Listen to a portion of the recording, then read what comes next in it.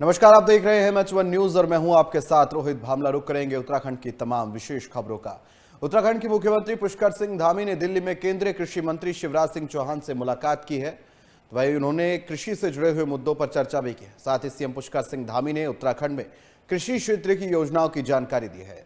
इस पर केंद्रीय कृषि मंत्री ने कृषि विकास योजनाओं में केंद्र की ओर से हर संभव मदद का भरोसा भी मुख्यमंत्री पुष्कर सिंह धामी को दिया है। तो फिलहाल केंद्रीय कृषि मंत्री शिवराज सिंह चौहान से मुलाकात की है उत्तराखंड के मुख्यमंत्री पुष्कर सिंह धामी ने। बता दें आपको, दिल्ली दौरे पर है मुख्यमंत्री पुष्कर सिंह धामी और इसी क्रम में कई कैबिनेट मंत्रियों से उनकी मुलाकात होनी है। सबसे पहले मुख्यमंत्री पुष्कर सिंह धामी ने केंद्रीय कृषि मंत्री शिवराज सिंह चौहान से मुलाकात की है और राज्य में चल रहे कृषि से जुड़े हुए तमाम योजनाओं को लेकर जानकारी भी मुख्यमंत्री ने दी है। तो साथ ही साथ केंद्रीय कृषि मंत्री ने भी आश्वासन दिया है तमाम योजनाओं को समयबद्ध तरीके से पूरा किया जाएगा और उसकी केंद्र से मदद भी की जाएगी।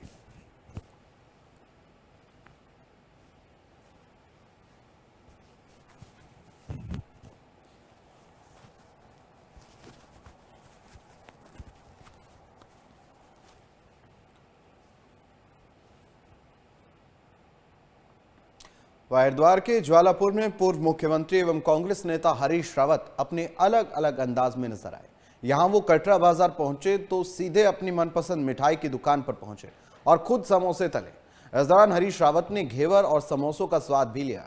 दुकान पर मौजूद लोगों ने हरीश रावत के साथ खूब सेल्फियां ली और बातचीत भी की। साथ ही रावत ने सभी से गर्मजोशी से मुलाकात की और दुकानदारों का हालचाल भी जाना। बता दें कि इससे पहले भी हरीश रावत सड़क किनारे और बाजारों में आम लोगों के बीच कई बार नजर आ चुके हैं।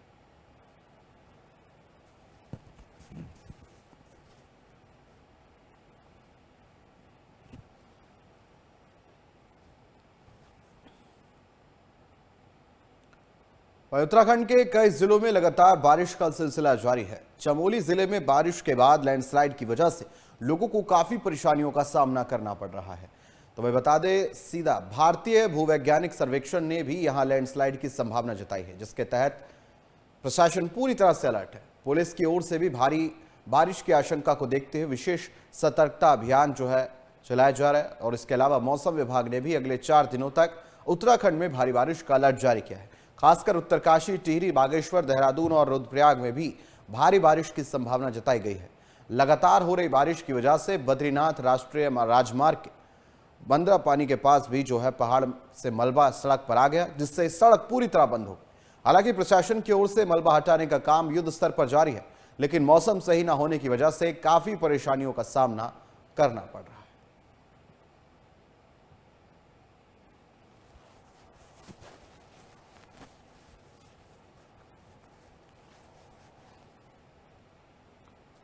तो चमोली में बारिश के बाद लैंडस्लाइड की तस्वीरें लगातार सामने आ रही है। बता दें आपको, पुलिस ने सावधानी बरतने की सलाह भी इस बीच दी है। तो वहीं आपको बताया कि बारिश को लेकर अलर्ट जारी किया गया है। चमोली में कई जगह भारी बारिश की वजह से लैंडस्लाइड हुई है। काफी परेशानियों का सामना लोगों को लैंडस्लाइड की वजह से करना पड़ रहा है।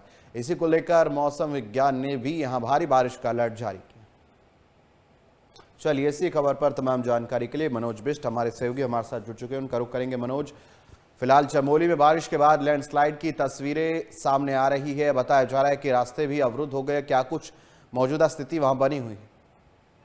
देखिए, मौसम विभाग ने 7 और 8 जुलाई को चमोली जिले में रेड अलर्ट जारी किया था, जिसके मुताबिक जो मौसम विभाग की जो वो थी वो सही साबित हो रही, जिसके चलते देर रात्रि को नंदानगर घाट में मूसलाधार बारिश के कारण मोकमल्ला, मोकतला, धुरमा गांव के अधिकांश क्षेत्रों में बारिश हुई, जिसके चलते कई घरों में मलबा घुस गया है, जिसके बाद मौके पर प्रशासन की टीम के द्वारा पहुंचा गया है। उसके बाद मौका मुआयना किया जाएगा। जिलाधिकारी संदीप तिवारी ने भी सभी अधिकारियों को निर्देश किए गए हैं कितना नुकसान हुआ है और उसकी समीक्षा कर जल्द रिपोर्ट पेश करने के आदेश दिए गए हैं।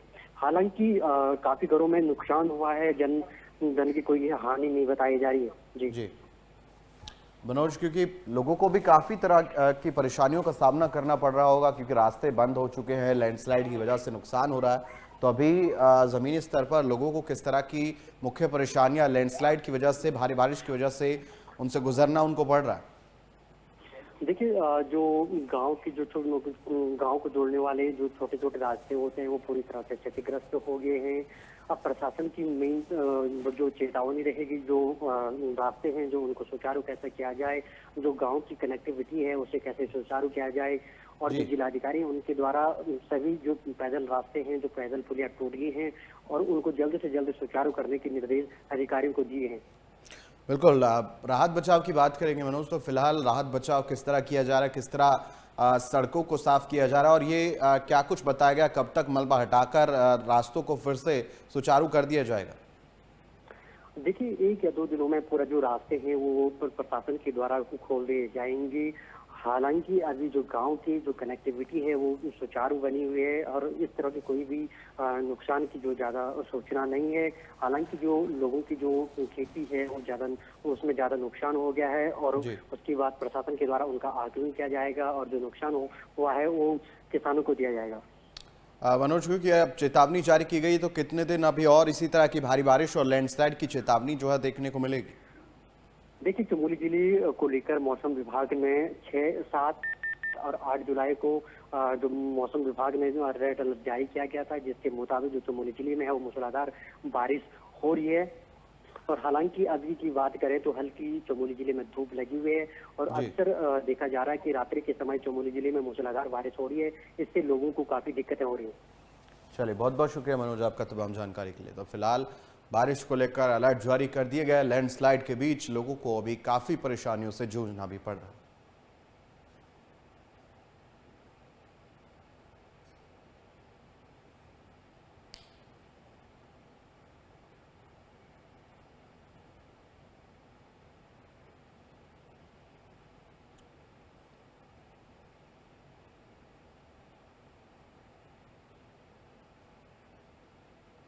तो फिलहाल चमोली में बारिश को लेकर अलर्ट जारी किया गया है, तो वहीं बारिश के बाद भारी लैंडस्लाइड से काफ़ी परेशानी आ रही है। मुख्य मार्ग जो है वो अवरुद्ध हो गए हैं, लोगों की दिनचर्या को प्रभावित करते हुए नजर आ रहे हैं। और क्योंकि ये मलबा आमजन के घरों तक भी पहुंच रहा है, तो उसकी वजह से घरों को भी नुकसान हो रहा है, संपत्ति को भी नुकसान हो रहा है। लेकिन मौसम विभाग ने अलर्ट में बताया है कि लगभग 9 तारीख तक ये अलर्ट इसी तरह रहेगा, और इसी के चलते अब जो है उत्तराखंड में खासकर चमोली में लैंडस्लाइड की तस्वीरें लोगों के लिए परेशानियों का सबब बनी हुई है। लेकिन कहना है फिलहाल राहत बचाव कार्यों का कि वो जल्द ही रास्तों को सुचारू कर दें। तो वह उत्तराखंड में मानसून के दौरान हो रही घटनाओं को देखते हुए संवेदनशील जगहों पर एसडीआरएफ की 42 टीमें तैनात की गई है।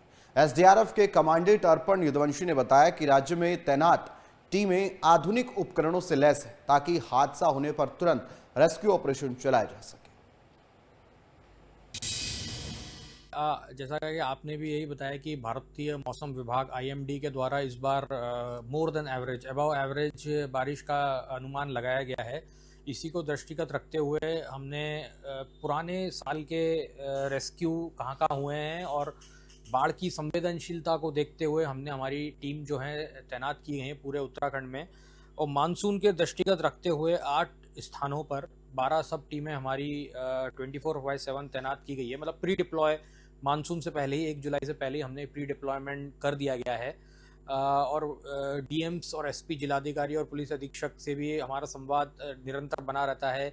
उनसे हम लोग विचार विमर्श करते रहते हैं कि कौन सा एरिया है जहाँ पे एसडीआरएफ की टीम की ज़्यादा ज़रूरत है। तो उसके हिसाब से हमने 8 स्थान पर विशेषकर मानसून को दृष्टिगत रखते हुए टीमें तैनात की गई हैं।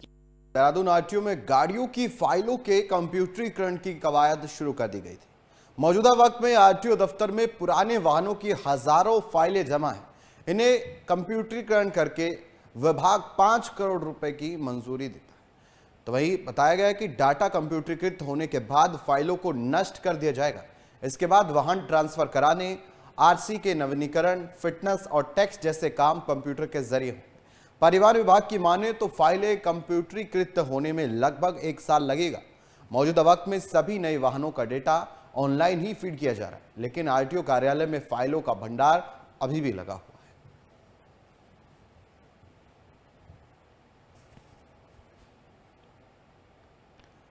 हरिद्वार में एक सनकी आशिक ने दिन दिहाड़े प्रेमिका का गला रेत कर उसे मौत के घाट उतार दिया। मामला सिडकुल इलाके का है, जहां दिन दिहाड़े हुई वारदात के बाद इलाके में सनसनी फैल गई। बताया जा रहा है कि दोनों के बीच 4 साल से प्रेम प्रसंग चल रहा था, लेकिन हाल के दिनों में दोनों के बीच दूरी आ गई थी। इसके चलते आरोपी ने खौफनाक वारदात को अंजाम दिया और मौके से फरार हो गया। बहरहाल युवती के परिजनों ने आरोपी की जल्द गिरफ्तारी और कड़ी कार्रवाई की मांग की।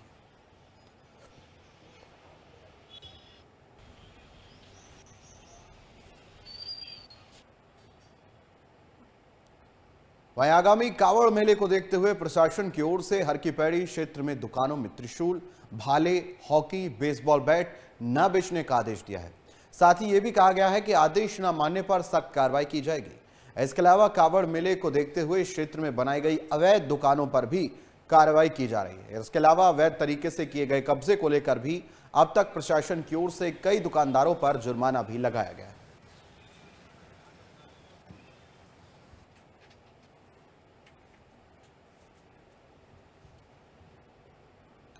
मुख्य सचिव आनंद वर्धन की अध्यक्षता में power transmission corporation of Uttarakhand limited की समीक्षा बैठक हुई।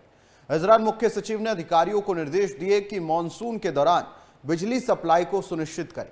उन्होंने कहा कि इस बात को सुनिश्चित किया जाए कि सभी तरह के प्रोजेक्ट निर्धारित समय अवधि में ही पूरे हो तथा इसकी लागत भी किसी भी दिशा में बढ़नी नहीं चाहिए। उन्होंने कहा कि जो भी मास्टर प्लान बनता है उसके पहले एक बार सेंट्रल इलेक्ट्रिसिटी अथॉरिटी से जरूर समीक्षा कर ली जाए। मुख्य सचिव ने लाइन विस्तीर्ण और सब स्टेशन की स्थापना के लिए भी भूमि अधिग्रहण से संबंधित नए मानक के अनुरूप सरकार के प्रस्ताव को लेकर भी अधिकारियों को निर्देश दिए।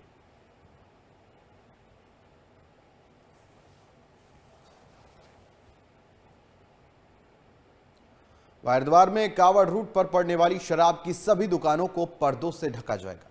कावड़ मेले की शुरुआत से पहले डीएम ने आबकारी विभाग को इसके लिए निर्देश जारी कर दिए हैं।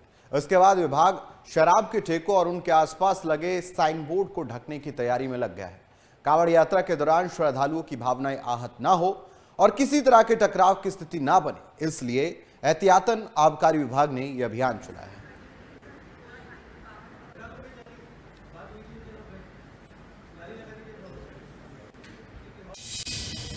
जितने भी कांवड़ जो शुरुआत होगी, जितनी दुकानें कांवड़ क्षेत्रों में आएंगे उन सब दुकानों में पर्दा लगाया जाएगा। साइन बोर्ड भी वो भी ढके जाएंगे ताकि किसी को भी कोई दिक्कत ना हो। अनुज्ञापी जितने भी शराब के लाइसेंस सबको बता दिया गया है। जब से कांवड़ किसी के साथ भी कोई बदतमीजी ना हो, किसी कोई अधवरता ना हो और सारी दुकानों को शांतिपूर्ण से चलाने का काम करें और जिन दुकानों में जो समस्या होंगी समस्या को जरूर किया जाए।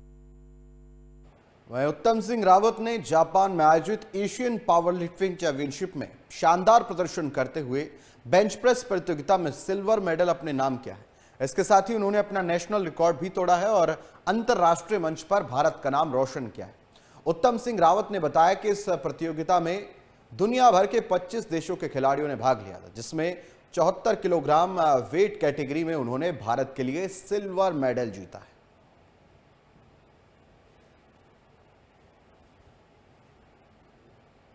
उत्तराखंड निर्वाचन आयोग ने प्रदेश में 6 राजनीतिक दलों को नोटिस भेजा है। इन दलों ने पिछले 6 सालों से किसी भी चुनावी कार्यक्रम में हिस्सा नहीं लिया है, जिसके चलते 6 पंजीकृत अमान्यता प्राप्त राजनीतिक दलों को कारण बताओ नोटिस जारी किया गया है।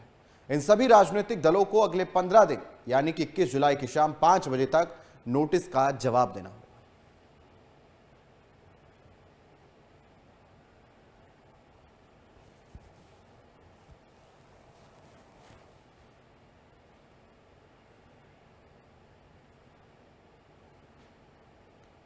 पौड़ी की जिलाधिकारी स्वाति एस भदौरिया ने लक्ष्मण झूला कैंप कार्यालय में कावड़ मेले की तैयारियों को लेकर समीक्षा की। संबंधित विभागों को इस बीच बेहतर काम करने के निर्देश भी दिए हैं। साथ ही लापरवाही बरतने पर मुख्य अधिकारी को कारण बताओ नोटिस भी जारी किया है।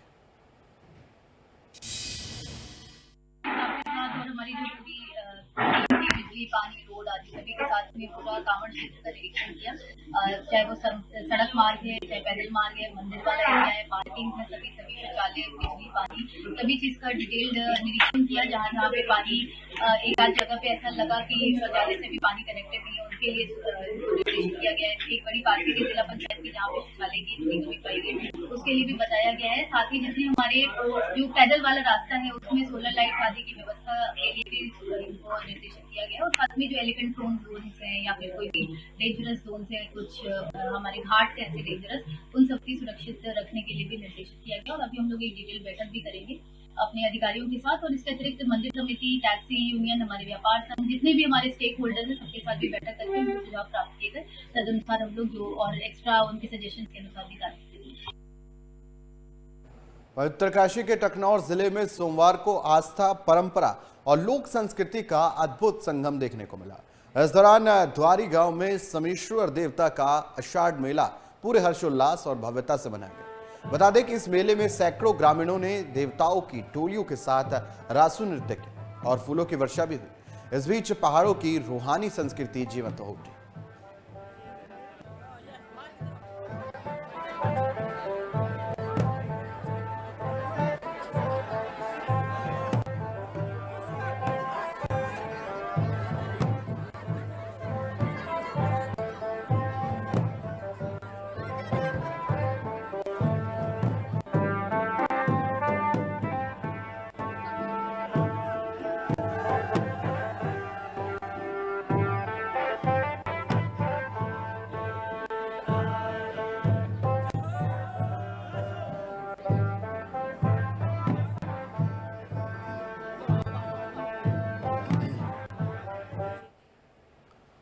भारतीय भूवैज्ञानिक सर्वेक्षण विभाग की ओर से उत्तराखंड के 4 जिलों के लिए भूस्खलन की चेतावनी जारी की गई है। विभाग ने उत्तराखंड के टिहरी, रुद्रप्रयाग, चमोली, उत्तरकाशी जिले में भूस्खलन की चेतावनी जारी की है और साथ ही इस बीच लोगों को सावधानी बरतने के निर्देश भी दिए गए हैं। भारतीय मौसम विज्ञान केंद्र ने भी टिहरी, उत्तरकाशी और रुद्रप्रयाग में भारी बारिश का रेड अलर्ट जारी किया है, जिसके बाद सभी जिलों के जिलाधिकारी, आपदा प्रबंधन अधिकारी, पुलिस और एसडीआरएफ को अलर्ट रहने के निर्देश दिए। बता दें कि उत्तराखंड में बारिश, बाढ़ और भूस्खलन के कारण हालात बहुत खराब।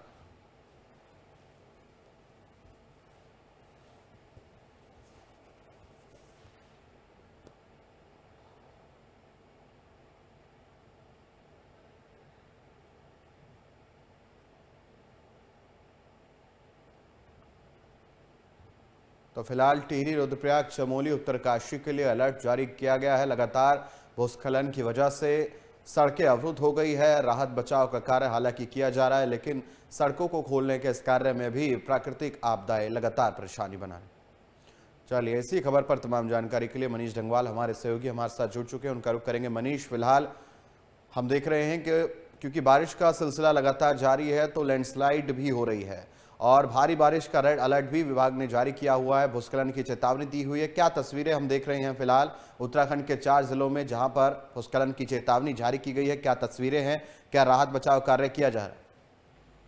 तो देखिए, बिल्कुल जो मानसून जिस तरीके से उत्तराखंड में बरस रहा है, उसके बाद जो मौसम विभाग है 4 पर्वतीय जिलों को लेकर जो है वो अलर्ट किया गया है। हालांकि मैदानी जिलों में जो है वो बारिश की संभावना जो है वो उतनी तेज नहीं की गई, लेकिन मैदानी जिलों में अलर्ट जारी किया गया है और लगातार जहां पर सड़कें बंद भी हो रही हैं वहां पर सड़क खोलने का काम किया जा रहा है।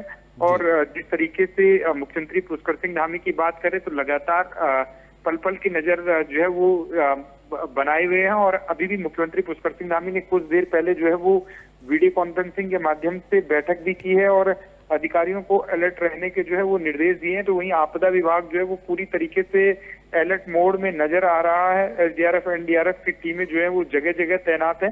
जहां पर भी सड़कें बंद हो रही हैं, सड़कें खोलने का काम किया जा रहा है। और मुख्यमंत्री पुष्कर सिंह धामी ने कल भी कहा था कि जो प्रभारी जिलों के सचिव हैं वो जिलों में जाकर ग्राउंड जीरो पर जाएं और जो लोगों की मदद इस समय की जा सकती है, लोगों की मदद जो है इस समय की जाए। जी मनीष, क्योंकि लगातार रास्ते जो हैं वो बाधित हो गए हैं क्योंकि लैंडस्लाइड हुआ है और प्रकृति जो है उसमें खनन डाल रही है, क्योंकि रात का काम चलता है तो बारिश आ रही है, लैंडस्लाइड फिर हो जा रही है। ऐसे में क्योंकि राहत बचाव कार्य किया जा रहा है, एसडीआरएफ की टीमें वहां मौजूद है, लेकिन उनका क्या कहना है कि कब तक इन रास्तों को खोल दिया जाएगा, लोगों के लिए यातायात एक बार फिर पहले जैसा हो जाएगा? देखिए, अगर चारधाम यात्रा रूटों की बात करें तो सबसे ज्यादा नजर सभी की जो है वो चारधाम यात्रा रूटों पर रहती है, क्योंकि यहाँ से चारधाम यात्रा तो निकलती है, लेकिन जो दुर्गम इलाके हैं वहां तक भी ये पहुंचने का माध्यम है। चाहे चमोली जिले की बात करें, चाहे उत्तरकाशी जनपद की बात करें, की जाए, और ये दोनों